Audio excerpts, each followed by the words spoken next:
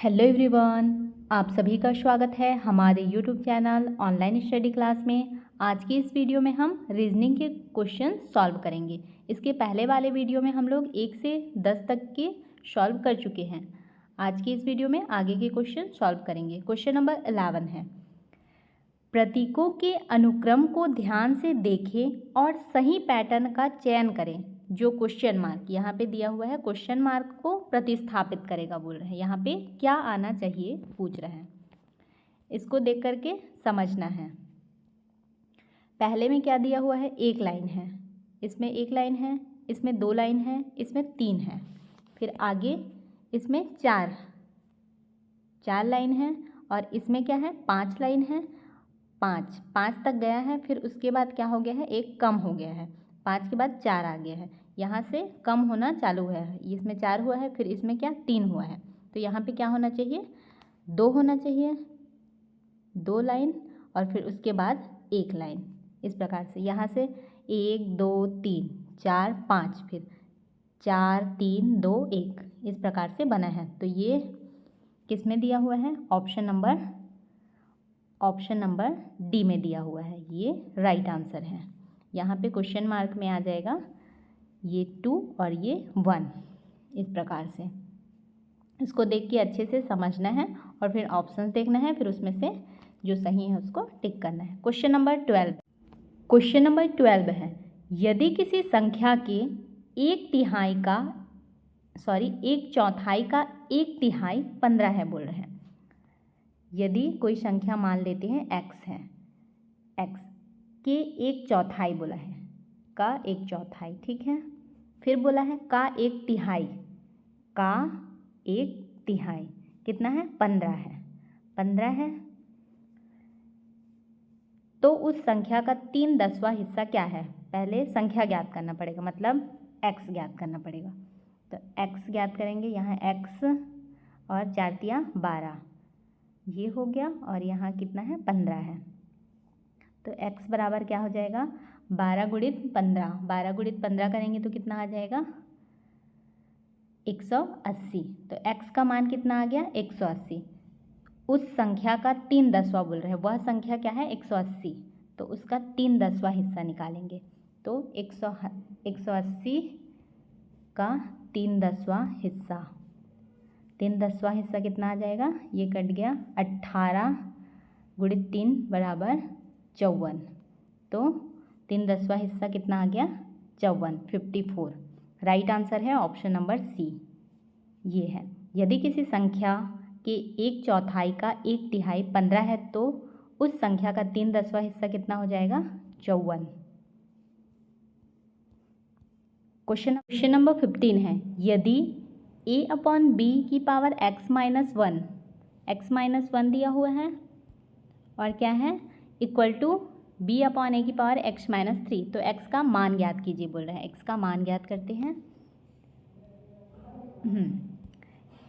a/b की power कितना दिया हुआ है, x - 1, इक्वल टू है b/a है, तो उसको क्या कर देते हैं, a/b कर देते हैं, पलट देते हैं। पलटने पर चिन्ह बदल जाता है, तो यहाँ पे क्या आएगा, माइनस आ जाएगा, -x - 3, ठीक है। अब इसको दोनों का ये इक्वल हो गया, तो क्या हो जाएगा, x - 1 इक्वल टू -x, और ये माइनस माइनस क्या हो जाएगा, +3, ठीक है। तो ये क्या हो गया, x माइनस, सॉरी ये 1 है, यहाँ पे 3 हो गया है, x - 1 इक्वल टू -x + 3 है। तो यहाँ पे क्या हो जाएगा, ये इधर आएगा तो प्लस में हो जाएगा, तो यहाँ पे 2x हो गया, 2x, और ये 2x इक्वल टू कितना हो जाएगा, ये इधर जाके प्लस हो जाएगा, तो 3 + 1 4, 2x इक्वल टू 4। आगे सॉल्व करते हैं, 2x + 4 ये आ गया, तो x इक्वल टू 2। यहाँ पे x का मान क्या हो जाएगा, 2। ऑप्शन नंबर सी में दिया हुआ है 2, ये राइट आंसर है। क्वेश्चन नंबर 16 है, एक बर्तन तरल से भरा है जिसमें से 3 भाग पानी और 5 भाग सिरप है। मिश्रण का कितना भाग निकालकर उसके स्थान पर पानी डालना चाहिए ताकि मिश्रण आधा पानी और आधा सिरप बन जाए। यहाँ पे क्वेश्चन में क्या बोला गया है, एक बर्तन तरल से भरा हुआ है, उसमें 3 भाग पानी है और 5 भाग सिरप है। तो यहाँ पे मिश्रण को, इसमें से मिश्रण को निकालने बोल रहे हैं, और निकालने के बाद क्या होना चाहिए, दोनों बराबर बराबर आधा आधा होना चाहिए, पानी और सिरप दोनों इक्वल होना चाहिए। तो इसको कैसे सॉल्व करेंगे, मान लेते हैं यहाँ पे 3 भाग पानी दिया हुआ है, ठीक है, 3 भाग पानी, 3 लीटर पानी मान लेते हैं, 3 लीटर क्या है, पानी है, और 5 लीटर क्या है, सिरप है, ठीक है। टोटल कितना हो गया, 8 लीटर हो गया, 8 लीटर टोटल मिश्रण है, 8 लीटर। अब आधा आधा करने बोल रहे हैं ना, तो आधा आधा कैसे होगा, 8 लीटर है तो दोनों 4-4 लीटर होगा, पानी और सिरप तो हो जाएगा आधा आधा। तो ये 3 है और ये 5 है, तो 5 लीटर है तो उस सिरप में से 1 लीटर निकालेंगे तब 4 होगा, है ना। सिरप में से 5 में से 1 लीटर निकालेंगे तो कितना हो जाएगा, 4 हो जाएगा, और 1 लीटर इसमें डालेंगे तो 3 और 1 4, दोनों आधा आधा हो जाएगा, ठीक है। तो सिरप को 1 लीटर कम करना है, ठीक है, सिरप को क्या करना है, 1 लीटर कम करना है। तो यह सिरप का कितना भाग हो जाएगा, 1/5 भाग हो जाएगा। तो इसलिए पूरे मिश्रण में से कितना निकालेंगे, 1/5 भाग निकालेंगे। तो राइट आंसर है option number B, 1/5। Question number 17 है, प्रत्येक 3 वर्ष के अंतराल पर पैदा हुए 5 बच्चों की आयु का योग 50 वर्ष है, तो सबसे छोटे बच्चे की उम्र क्या होगी, पूछ रहे हैं। यहाँ पे निकालते हैं, प्रत्येक 3 वर्ष के अंतराल में बोला है, तो पहला मान लेते हैं x में हुआ, फिर 3 वर्ष बोला है तो x+3, फिर आगे x+6 हो जाएगा 3 वर्ष, फिर क्या होगा x, इसको फिर से x+9 और प्लस x+12, कितना हो गया, 1 2 3 4 5 बच्चे हो गए। इन 5 बच्चों का योग कितना बोल रहे हैं, बराबर 50, ठीक है। तो यहाँ पे कितना है, 1 2 3 4 5x, 5 बच्चों का 5x, ठीक है, 5 बच्चों का 5x, ये 5x आ गया, और 12 और 9 कितना हो जाएगा, 12 और 9 21, 21 और 6 27, और 3 30, 30 हो गया, 5x यहाँ प्लस आएगा ना, +30 बराबर कितना है, 50 दिया हुआ है, ठीक है।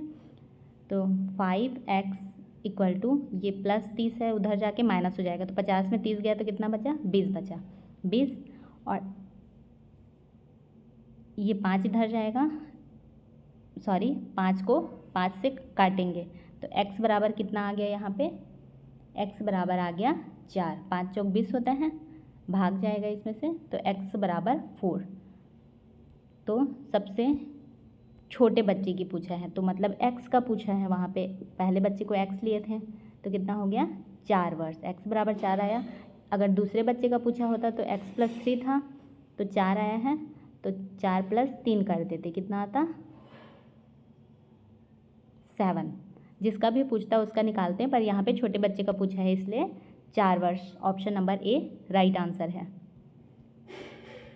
क्वेश्चन नंबर 18 है, नीचे दी गई जानकारी से सोनिया की वर्तमान आयु निर्धारित करने के लिए क्या दिया हुआ है, पहला नंबर, सोनिया की वर्तमान आयु दीपक की वर्तमान आयु से 5 गुना है बोल रहे हैं। दूसरा है, 5 वर्ष से पहले उसकी आयु उस समय दीपक की आयु की 25 गुना थी बोल रहे हैं, ये दोनों हैं।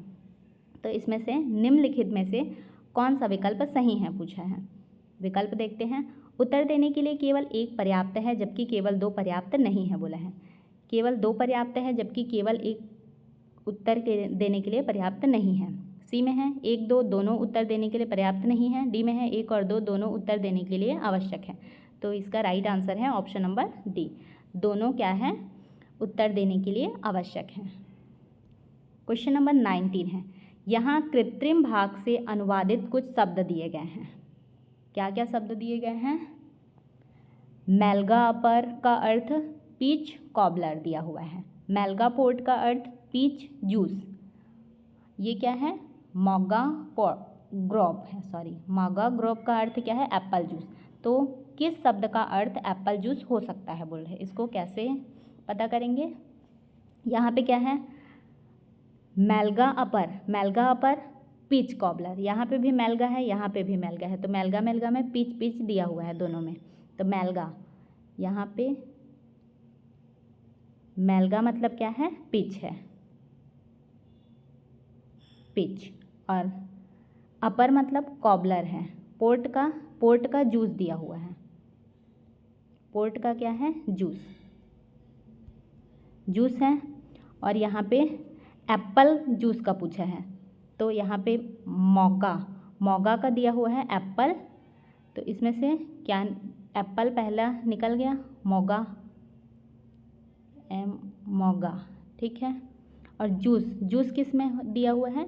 जूस पोर्ट में दिया हुआ है, तो मोगा पोर्ट जूस का, ये एप्पल जूस का ये होगा। कैसे पता किए हैं? यहाँ से एप्पल में क्या है? मोगा है। और जूस इसके लिए है, पोर्ट के लिए, और मेलगा के लिए पीच है, तो इसलिए एप्पल जूस दिया हुआ है, तो मोगा पोर्ट हो जाएगा इसका राइट आंसर। क्वेश्चन नंबर 20 है, उस विकल्प का चयन करें जो अन्य 3 से भिन्न है बोल रहे हैं। प्रायद्वीप है, द्वीप है, खाड़ी है, अंतर्द्वीपी है। तो इसमें से एक अलग है, उसको पहचानना है। प्रायद्वीप क्या है? ये भूभाग है, ये 3 तरफ जल से घिरा होता है, बट ये भूभाग है।